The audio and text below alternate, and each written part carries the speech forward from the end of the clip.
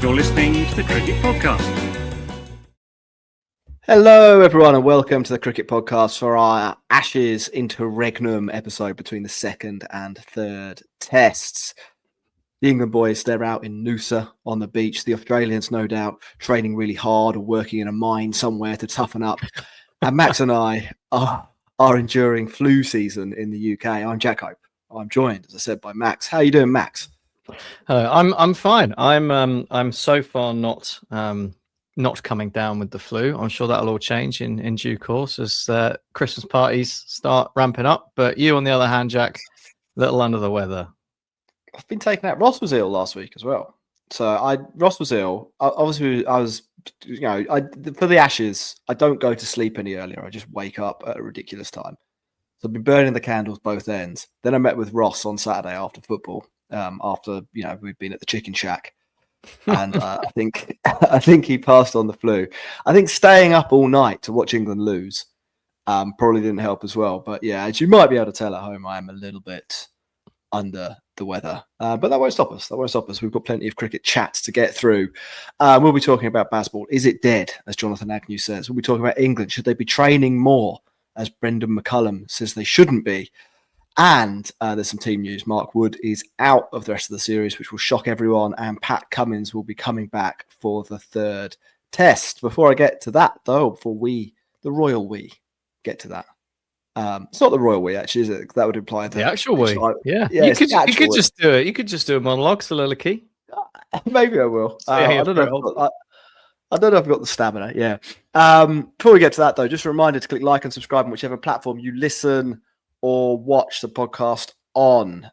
We are, Max, I think we're about 25 reviews short of 700 on Spotify, which would make us 33 short of Shane Warne in terms of reviews on Spotify. That's our target. We're just chipping away at it ever so slowly, probably just about on pace for the end of the Ashes, as long as we get more than 2 days play over the It's about the only English victory we can hope for at this stage, isn't it? Help England. And by England, I mean the Cricket Podcast. Overhaul Shane Warne and get to that 709 on Spotify reviews. It'll take you like 2 seconds. Max, let's start with a little revisit of the second test. England obviously went down, not in style, in flames. Now that you've given the test a couple of days to breathe, you've decanted the test, you've left it out, it's breathed. New notes will have come to your nose. What have you got to say? Slightly oxygenated thoughts. They are that it was. It was painful. It was bad, but I think the thing for me that I've settled on what all went wrong and why. Why Australia won, but why things went so badly wrong for England is a complete lack of a plan B. That's what I've decided, and it's sort of related to what I was saying a couple of weeks ago with England and the home series against India. They'd sort of it looked like they'd sort of thought a bit more about if their main plan of trying to be aggressive and score boundaries and put pressure on that way didn't work. They'd sort of found a slightly different way of going about things, and that's just seemed to disappear in the second test. And I think part of that is so I've mentioned it at some length on the immediate aftermath about Alex Carey coming up to the stumps and sort of robbing England of that play. I don't think they had an answer to it. They didn't have a plan B. Australia clearly did. It wasn't going very well. They put in plan B. Alex Carey comes up to the stumps and see what you do about that. And England didn't have an answer to it. They didn't have a plan B. They didn't have a plan B with the ball either, but I don't think they were ever going to have a plan B with the ball because their plan was to put out all the people who bowl as fast as they can and hope it works. And Australia didn't need a plan B with the bat because England didn't have one either. So it was. I think that was a key difference for me. England not being able to react or having thought up a way to react to what Australia were doing in the field and with the ball, which is a concern for me, and probably why we've all heard all this nonsense of people leaping to conclusions about sacking the whole team and changing it all up. That's the other thing, I suppose, that I would highlight on the back of the test is I'm seeing a lot of familiar tropes and patterns from Ashes Down Under gone by, where it all points towards a fifth test where England have got a completely different lineup, the full rearranging deck chairs on a Titanic mode, a bowling attack comprised of whoever's left with two legs. Sam Billings is bussed in from the BBL again to keep wicket because Jamie Smith has forgotten how to put gloves on, and it all falls to pieces. So we're at the precipice, Jack. There's still a chance that England can row back, and I think that kind of depends on them actually sticking to their guns a little bit. If it goes far away from too far into the realms of let's rip up what we planned for however long it's been, even though it hasn't gone to plan so far, I think that's where things could go very wrong, because I don't think they have a backup plan. So if they start going away from the plan they've got, fuck knows what they're going to do. But it won't be good. I think it kind of is interesting, and I think you're certainly on something with the planning and the plan B thing. I think there's been a lot of noise. I mean, you're talking about the well-worn Ashes trope of England completely changing their team, playing a new spinner, finding whichever English person they can living in the Sydney area who can kind of get to the SCG in time for the test.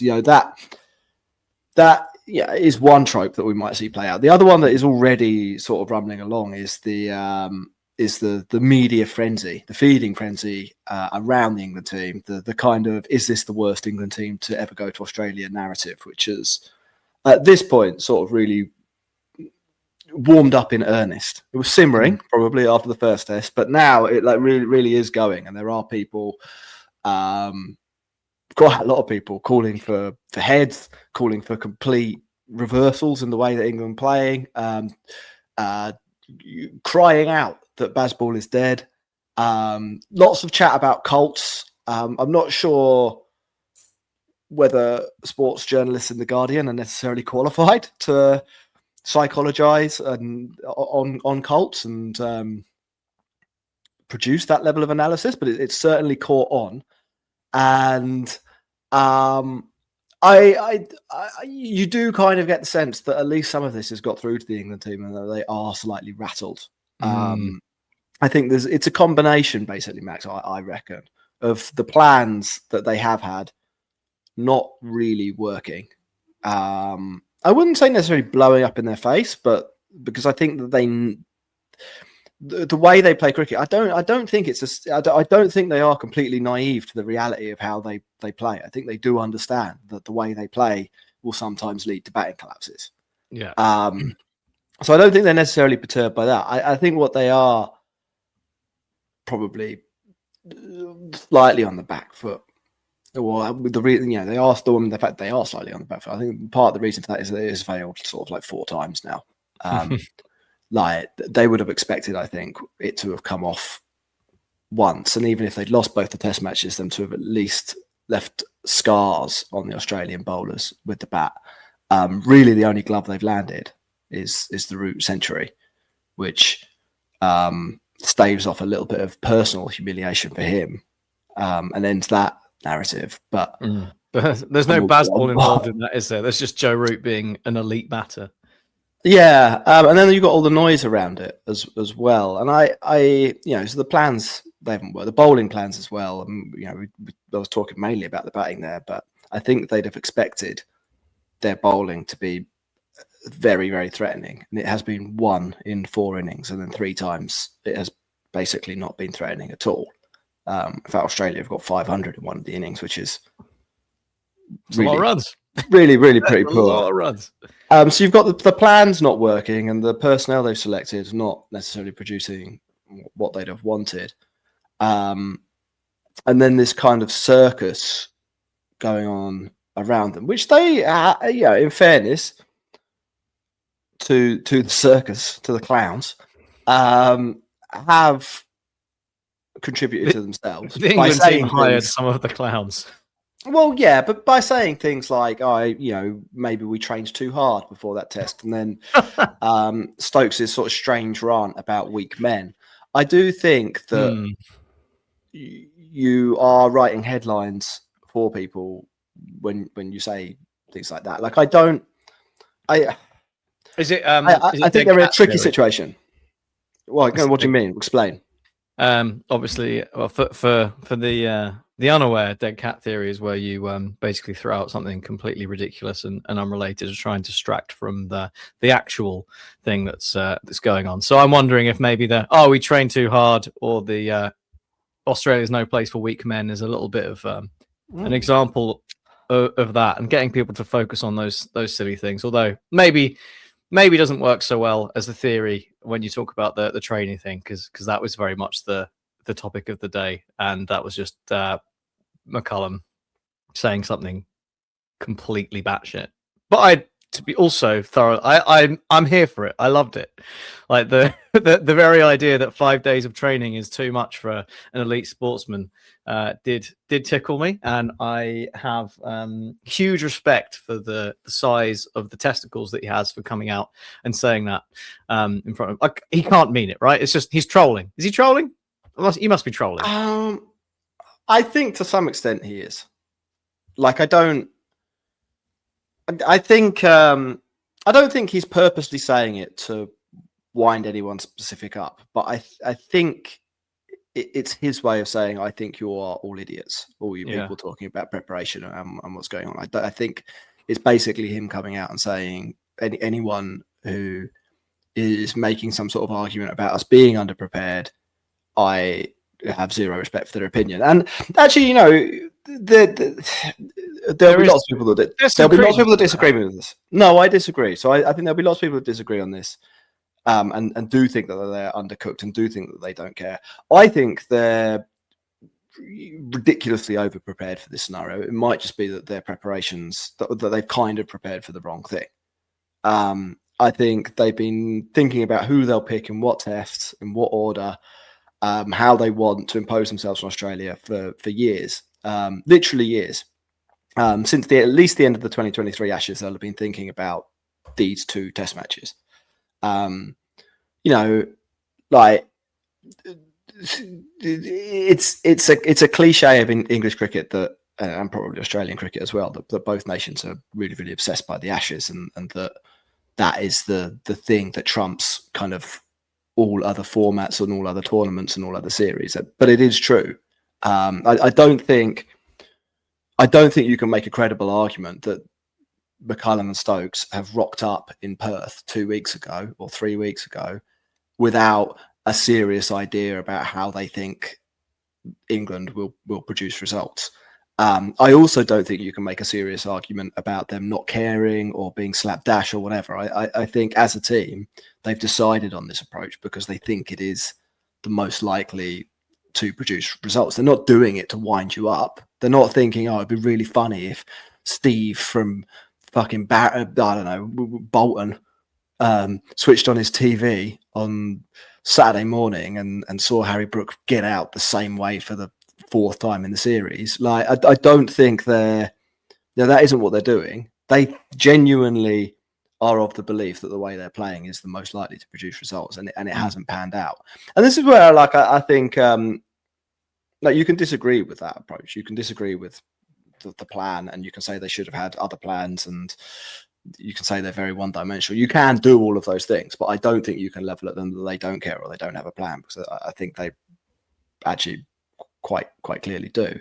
And then I think the kind of thing that follows on from that, and this is where I disagreed with people have been crying out for this moment really for years, and actually this isn't even the first time it's happened. The Bazball is dead moment. I'm surprised it came out maybe so early in the series. I thought they'd at least have lost the Ashes, but officially declaring Bazball dead, I think, okay, right, like, if you've got to that stage, then that's fair enough. Like, you might not agree with the approach to cricket, and you might think that you need to be more versatile, and you arguably are right.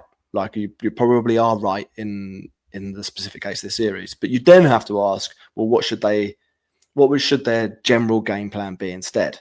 Yeah. And I don't really see anyone who's credibly put anything else on the table. Like, if you look over the series so far, they've been hammered in the second test. They were winning the first test after one day. That's as close as England have come to winning a test match in Australia since 2011, pretty much. You can't. If to have come to the conclusion that we should just pack up the whole thing after 2 tests and call it a day. If we were coming to that conclusion, scrap the whole project. Up the England cricket team. Yeah, well, exactly. Then, like, you've managed to delude yourself into a situation where you think that this team went into this series on par with Australia, or perhaps ahead of Australia in terms of talent, and that evidently isn't the case. It might be a little bit closer than it has been at some points in the last 15 years, but Australia are better than England. You do have to. You can make an argument either way there. Like, yeah, go on, Max. You do have to remember a little bit that some of the people who say this sort of thing are also the people who assume and expect that England should be the best at cricket in the world all times. You know, the kind of people who'd say that England invented cricket, therefore they should be the best. With that kind of absolute nonsense. Like, there is an underlying subconscious assumption in a lot of the way people talk about cricket in this country that is the case, and I think that's probably bled through into every time England go to Australia and lose, and everyone's like, well, this is an absolute disgrace. And I was like, well, actually, no, this is the expected outcome of England going and playing cricket in Australia.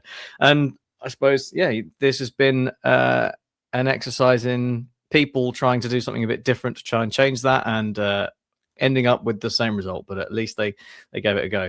These are also the people who were clamoring for England to go and play some warm-up game in Canberra against some farmers. And I think what happened in that game is as much evidence as you could possibly need that they made the right call by not going, because it was a total waste of everyone's time.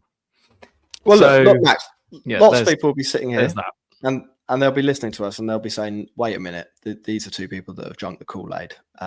They have had a pop at the cultists, or the reverse cultists. I'm not sure. There's like 2 cults going on. There's the Bazball cult, and then there's the Bazball is a cult. And they'll be saying, you know, Jack and Max are on the copium. England are 2-0 down. They haven't played good cricket. No. What can they do differently, and what should they be doing differently from us? Like, what do we think? Max, you can start. I think they need to. Mark Wood's out for the rest of the series. That was part of their plan, and they've replaced him with Matthew Fisher in the squad. But I think that probably means Josh Tongue's going to come in and bowl. I would actually prefer to see Matthew Potts, I think, because I think England need a little bit more variety in what they're doing with the ball. I think the England management team's fetish for people who bowl 90 miles an hour is not a secret. It's been well known for quite some time. Rob Key has literally said he likes people who bowls 90 miles an hour and they're not interested in picking anyone else. The problem with that is, I think when you get to cricket at this level, someone bowling 90 miles an hour but the ball not doing much sideways is it's bread and butter for someone like Travis Head. It might be a bit too much for Khawaja, who's 400 years old and can't see it anymore, but Travis Head, he's going to eat that all day long. Steve Smith going to eat it all day long. You could see that in the way he dispatched Jofra. I mean, Jofra Archer was bowling rapidly. He was like 153, 154 Ks in that meaningless second innings. And Steve Smith knew what was coming and rocked back and dispatched him for 6 a couple of times. And that kind of shows you that just that raw pace isn't enough.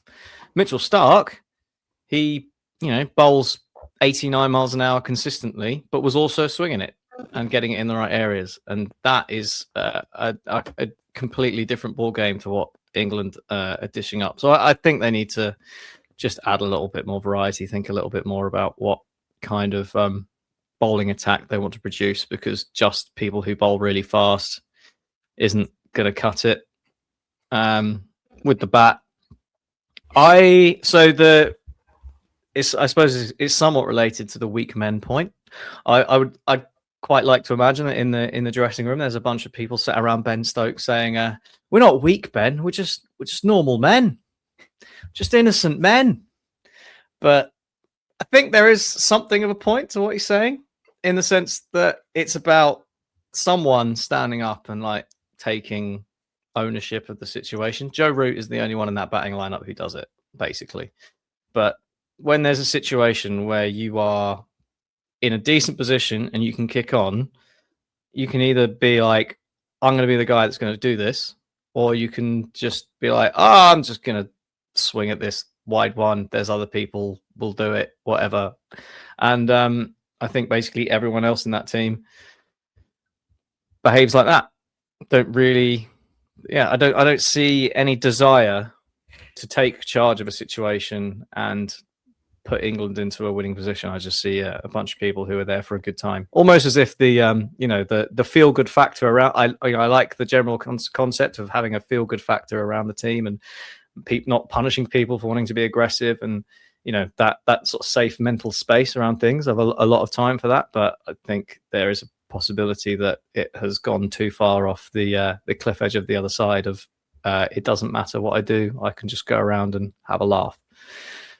That's where I am at the moment. So you're in the maybe they don't care camp. I don't. It's not a caring thing. It's yeah. I don't think they don't care. I just think that they don't take the responsibility on their own shoulders.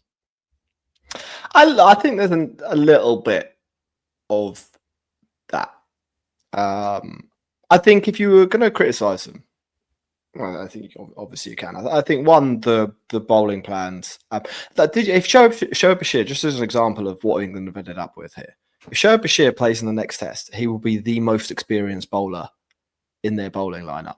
Now, no. Like, it is true that they've been planning to take something like this bowling attack to Australia for a long time, and because of injuries and stuff, we've not seen as much of Jofra Archer as we could have. And you can maybe say a little bit of the same for Gus Atkinson, who's missed a few tests in his career as well. So there's guys who probably should have more tests in the bank.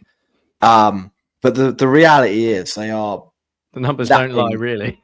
They are lacking a little bit in terms of like having an experienced frontline bowler or two in that lineup. I'm not saying bring back Broad, I'm not saying bring back Anderson. I'm just saying if you wanted to make a criticism of what they've done, that is fair. And having all of those guys do exactly the same thing, you can see, as you were sort of saying there, that could lead to 1 point of failure. That came through pretty strongly in the second day of the second test when they all tried the same thing and they all kind of got hammered. Maybe not Jofra to such an extent. Like, I think the Australians have generally found him harder to play, but they know there's some buffet bowling coming. A little bit more about him, isn't he? Yeah, but that's quite a scary situation for England to be in. So I think the Potts idea is potentially one worth looking at.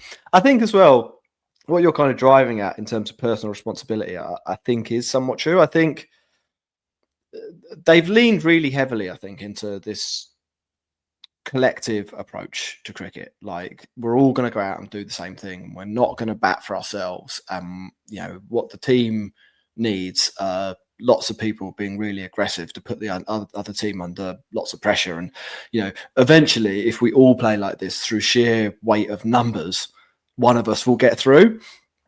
And I think possibly that does deprive the individual of, or does provide an excuse maybe for the individual to not take responsibility and to do some stupid things because they assume that the next guy will come in and kind of have their back, and because they know they're not going to get pelted for getting out on 30, edging the ball to second slip for the third time in a row.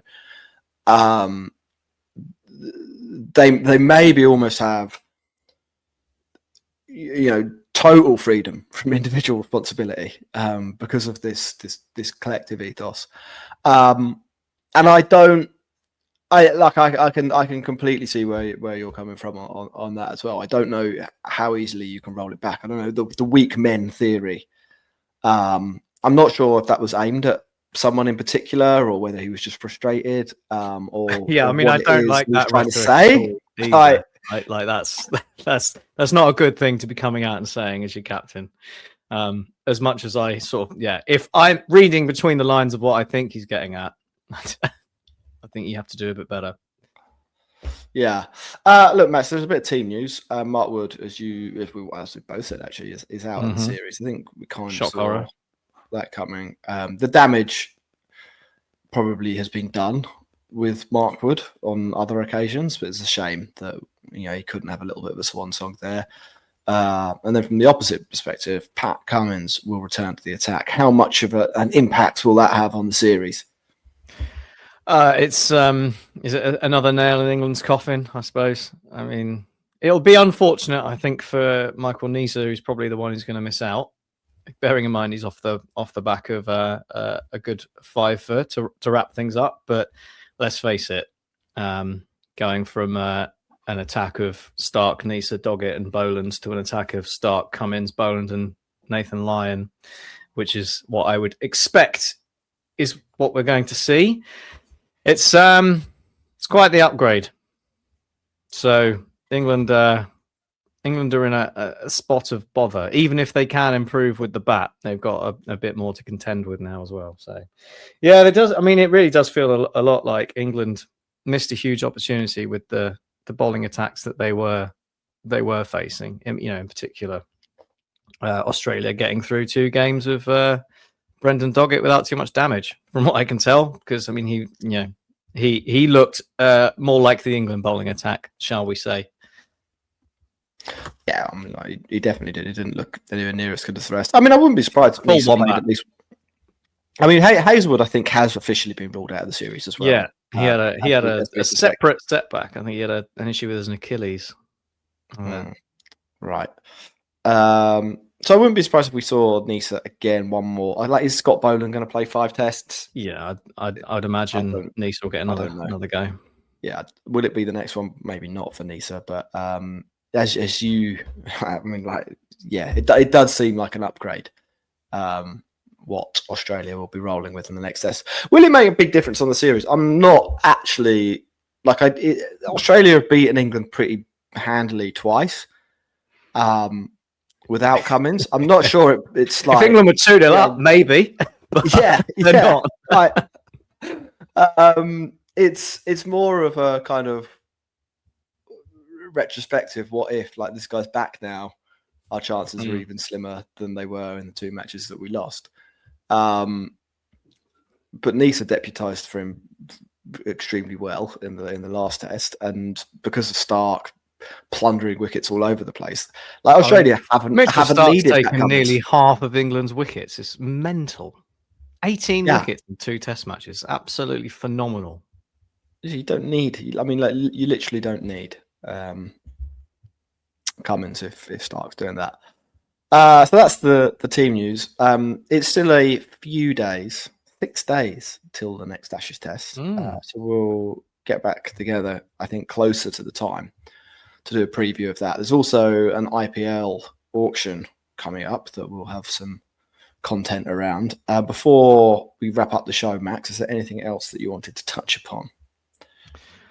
I can't think of anything, Jack. I think we're. I got Matthew Fisher, another Surrey boy into the England squad. So that's another one for the Surrey haters to have a whinge about, because the Surrey boys haven't really lit the place up so far, have they? But nice for him to get in there. I don't know what the odds on him getting into the Ashes squad were a year and a half ago.